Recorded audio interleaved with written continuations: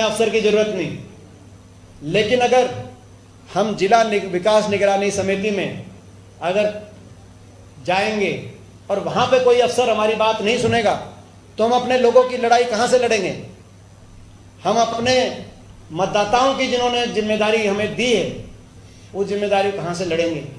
मैं तो उम्मीद करता था कि मुख्यमंत्री जी स्वयं सांसद रहे हैं, वो कहेंगे कि ये गलत हुआ और अधिकारियों को हम आदेश देते हैं कि सभी सांसदों और विधायकों के अधिकारों का कोई हनन बर्दाश्त नहीं किया जाएगा। लेकिन ये मुख्यमंत्री जी ने भी यहाँ पक्षपात की बात करी है और उनको भी हम ये बताना चाहते हैं कि हम जो हमारे चुने हुए जनप्रतिनिधि हैं उनके अधिकारों को लेकर एकजुटता से कांग्रेस पार्टी लड़ेगी। जैसे कि हमारे आदरणीय अध्यक्ष जी ने कल एक प्रेस वार्ता के माध्यम से कहा था कि हम राज्यपाल से भी समय लेंगे, माननीय राज्यपाल जी से भी महोदय से भी समय लेंगे, वहाँ भी हम जाएंगे और हर तरीके से लड़ाई लड़ने में हम सक्षम हैं। हर तरह की लड़ाई सड़क से लेकर संसद तक ये लड़ाई हम लड़ने का कार्य करेंगे। मैं आग्रह करूंगा कि थानेसर में जो हुआ आदरणीय अशोक अरोड़ा जी, आपने कर दी सारी बात, अशोक अरोड़ा जी उस पर अपनी बात रखेंगे। आदरणीय अशोक अरोड़ा इसके बाद एक बार आप भी बोलना। वैसे तो सारी बात एमपी साहब ने रखी है, मैंने भी पहले आपसे बात की।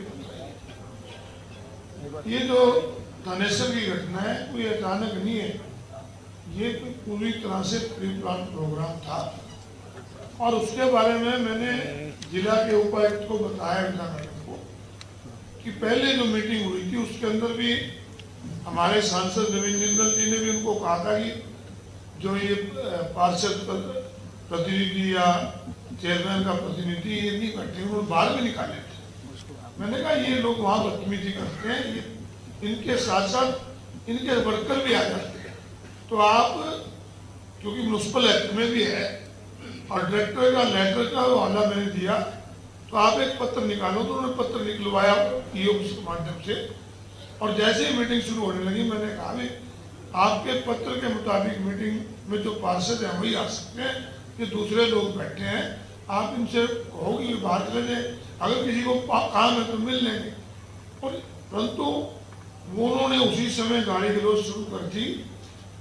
ये जो हमला जैसे बताया ये प्रजातंत्र के ऊपर है, मेरे को अगर हमला करना होता तो मेरे पे बाहर कर लेते। और ये तो सरकार को ही वहां के ईओ को जिला के उपायुक्त की जिम्मेवारी बनती है, क्योंकि सरकारी मीटिंग थी जो हाउस की मीटिंग को डिस्टर्ब किया, वो हाउस की मीटिंग चलने भी दी, हाउस की मीटिंग पोस्टपोन करनी पड़ी। तो उन लोगों के खिलाफ जहां क्रिमिनल एफआईआर होनी चाहिए मेरे ऊपर हमले की, उसके साथ साथ सरकारी काम में दखलंदाजी की भी उनके ऊपर कार्रवाई होनी चाहिए। बाकी प्रधान जी बैठे, पार्टी जो निर्णय लेगी, हमें लड़ाई देश के प्रजातंत्र को बचाने के लिए ये मंशा मैं बताता हूँ आपको। ये क्या था कि 4 दिन पहले हमारे ग्रेवेंसेस की मीटिंग थी और ग्रेवेंसेस की मीटिंग में मैंने नगर परिषद से जुड़े हुए टेंडरों के घपले के बारे में जानकारी दी और मैंने कहा कि चिट्ठी भी दिखाई कि जिसको टेंडर अलॉट हुए हैं वो कहते हैं कि मेरा सेहत ठीक नहीं है, मैं इसके टेंडर नहीं दे सकता। तो मैंने कहा किसी और को तो इसके टेंडर कैंसिल करो। तो उसके बाद 2 ठेकेदारों ने प्रेस कॉन्फ्रेंस करके नगर परिषद पे भ्रष्टाचार के आरोप लगाए। उनको शंका थी कि भ्रष्टाचार के आरोप की बात यहाँ पर होगी, इसलिए प्री प्लान करके उन्होंने मुझ पे हमला किया।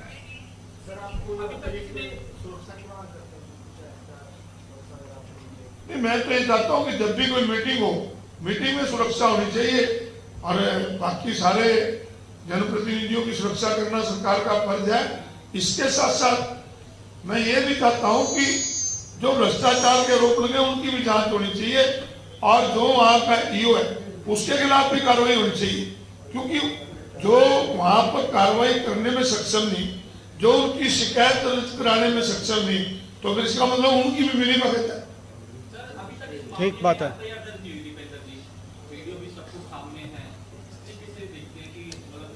ये पूरी तरीके से इसमें हमारी स्पष्ट मांग है, FIR दर्ज हो और कोई भी दोषी इसमें जो उस समय मीटिंग में जिसका बनता नहीं था वहाँ मीटिंग में होना, और फिर भी वो वहाँ पे मीटिंग में जो उपस्थित थे जो लोग, उनको आइडेंटिफाई किया जाए कौन कौन लोग उपस्थित थे, जिन लोगों ने हमला किया उन पे FIR हो, पूरी कानूनी कार्रवाई हो, तभी संदेश जाएगा कि ये सरकार जनप्रतिनिधियों के अधिकार की रक्षा करने के लिए ये सरकार गंभीर है। और अगर नहीं करती तो इन पर पक्षपात का आरोप लगेगा, और पक्षपात का अगर ये आरोप ये सोचते हैं तो हम अपनी लड़ाई लड़ेंगे। मैं आग्रह करूंगा कि 1 मिनट चंद्र प्रकाश जी भी जो बात हुई इनके, वो भी अपने सामने चंद्र प्रकाश जी भी रखें।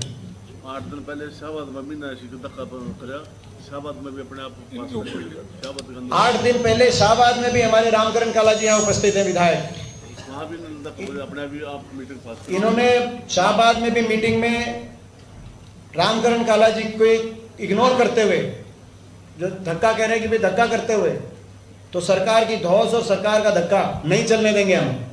प्रजातंत्र, इस देश में संविधान और प्रजातंत्र का शासन है, और संविधान और प्रजातंत्र से ऊपर कोई नहीं है।